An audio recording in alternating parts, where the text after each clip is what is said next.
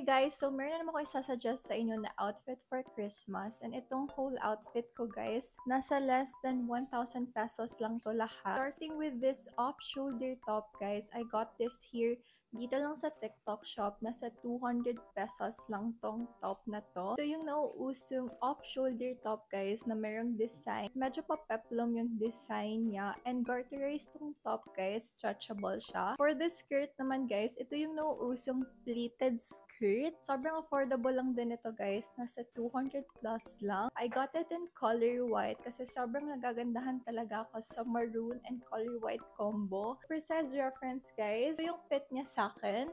My waistline is size 27 to 28.